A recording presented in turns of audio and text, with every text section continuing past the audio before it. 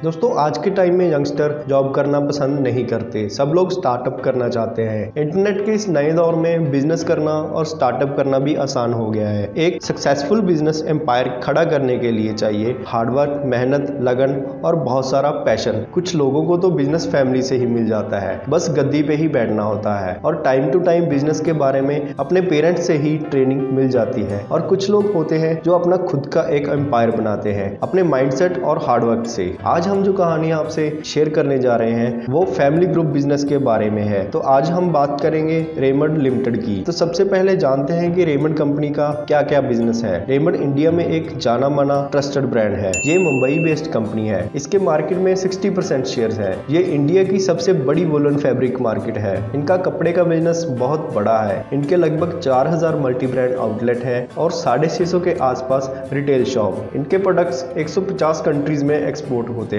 और बड़ी कंट्रीज में जापान, यूरोप, कनाडा और भी बहुत सारी कंट्रीज। इन कंट्रीज में भी ये एक ट्रस्टेड ब्रांड बन गया है। इनके पास 20,000 से भी ज्यादा कलर्स और डिजाइन्स हैं। अब देखते हैं रेमंड का इतने बड़े बिजनेस का स्टार्टअप कैसे हुआ। रेमंड को 1925 में रेमंड वुलन मिल के नाम से स्टार्ट किया गया। 1944 में इसका चार्ज ले लिया गया लाला के लाजपत सिंघानिया के द्वारा। इनकी फैक्ट्री थाने में थी जो कि मुंबई के पास है। 1958 में बहुत ही एफर्ट्स और हार्डवर्क के साथ मिस्टर गोपाल कृष्ण सिंघानिया और मिस्टर विजयपत सिंघानिया ने एक छोटी सी फैब्रिक कंपनी को ब्रांड के रूप में बदल दिया। एक रेमंड रिटेल शोरूम खोला गया बैलार्ड एस्टेट मुंबई में। इन्होंने 1968 में एक रेडीमेड गारमेंट का प्लांट लगाया मुंबई में ही। उस टाइम वुलन कपड़े की डिमांड काफी बढ़ रही थी। सब कुछ सही से चल रहा था, लेकिन प्रॉब्लम तब आई जब विजयपत सिंघानिया ने डिसीजन लिया कि कंपनी को हैंडओवर किया जाए उनके इकलौते बेटे गौतम सिंघानिया को। सारे शेयर्स गौतम सिंघानिया के पास चले गए, जिसकी कीमत थी करीब 1000 करोड़। विजयपत और गौतम सिंघानिया के बीच रिश्ते बिगड़ने लगे। 3 साल पहले जब विजयपत सिंघानिया ने बिजनेस को अपने बेटे को गिफ्ट किया तो उनको लगता था कि गौतम उनके $1 बिलियन बिजनेस एम्पायर को फैमिली बिजनेस में ही रखेगा, लेकिन सब उल्टा हो गया। विजयपत सिंघानिया का कहना है उनके बेटे ने उनको घर से और ऑफिस से निकाल दिया। अब विजयपत को अपने लिए गए इस डिसीजन का बहुत पछतावा हो रहा है। उनका कहना है कि उन्होंने इस डिसीजन को लिया था क्योंकि उनके बेटे ने उनको इमोशनली ब्लैकमेल किया था, जो कि एक टाइम पे इंडिया के रईस लोगों में से गिने जाते थे। अब इस 80 साल के विजयपत ने एक छोटे से टेक्सटाइल बिजनेस को रेमंड ग्रुप में बदल दिया था। आज के टाइम पे रेमंड ग्रुप वर्ल्ड की सबसे अच्छी क्वालिटी के वुलन सूट बनाने के लिए फेमस है और विजयपत सिंघानिया अब अपने बेटे के खिलाफ केस लड़ रहा है। ये साउथ एशिया की ग्रेटेस्ट एंटरप्रेन्योर फैमिलीज में से आते थे। अब के टाइम में सिंघानिया फैमिली के काफी बिजनेसेस हैं, जैसे कि सीमेंट, डेयरी और टेक में भी। इंडिया फैमिली ग्रुप बिजनेस की संख्या में तीसरे नंबर पे है और चाइना दूसरे, और इससे पहले यूएस का नंबर आता है। और न्यू जनरेशन भी काफी एग्रेसिव है बिजनेस का कंट्रोल लेने के लिए। अगर हम मुकेश अंबानी की फैमिली की एग्जांपल लें तो वो एशिया के रिचेस्ट मैन है। उनकी लड़ाई अपने ब्रदर अनिल अंबानी से काफी सालों तक चली, जब उनके पिताजी धीरूभाई अंबानी चल बसे थे प्रॉपर्टी ट्रांसफर किए बिना। और दूसरी एग्जांपल पोंटी चड्डा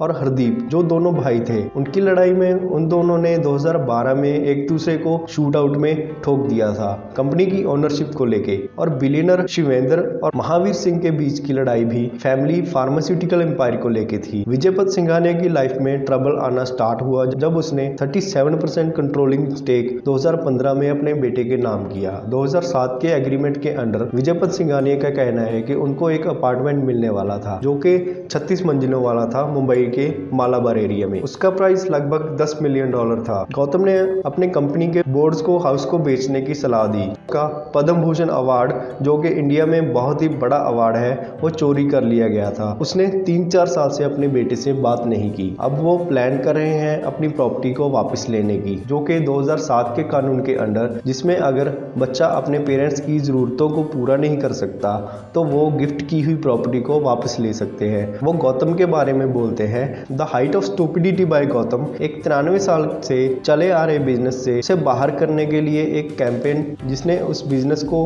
हार्डवर्क और मेहनत से बनाया था। विजयपत सिंघानिया अब सब पेरेंट्स को सलाह देते हैं कि अपनी सारी सेविंग्स को अपने बच्चों को ना दें। विजयपत सिंघानिया ने 2005 में highest hot air balloon flight का रिकॉर्ड भी बनाया था, 68,986 फीट ऊंचा। बट गौतम ने कहा कि वो बस सिंपली अपनी जॉब कर रहे थे। गौतम ने इकोनॉमिक टाइम्स को बताया कि उनकी रिस्पॉन्सिबिलिटी रेमंड के चेयरमैन होने से और एक बेटा होने की अलग अलग है। गौतम ने कहा कि वो विक्टिम है, जो कुछ भी उसने गलत किया। रेमंड डिस्प्यूट से कंपनी को कोई नुकसान तो नहीं हुआ, बल्कि प्रॉफिट 50% तक और बढ़ा और रिसेंटली एथोपिया में भी एक और फैक्ट्री लगाई गई। आज के जमाने में बिजनेस एनवायरनमेंट बहुत ही कॉम्प्लेक्स हो गया है और यंगस्टर्स के पास पेशेंस भी नहीं है और वो ऑनरशिप को मैनेजमेंट से सेपरेट भी करना चाहते हैं। अंबानी और चड्ढा के केस को लेके पॉलिटिक्स को भी काफी बेनिफिट्स हो रहे हैं। गौतम ने कहा कि नई टाइप की मैनेजमेंट ने सब कुछ बदल दिया है। अब सारे शेयर्स उसके हाथ में हैं और वो अपनी मर्जी से डिसीजन लेके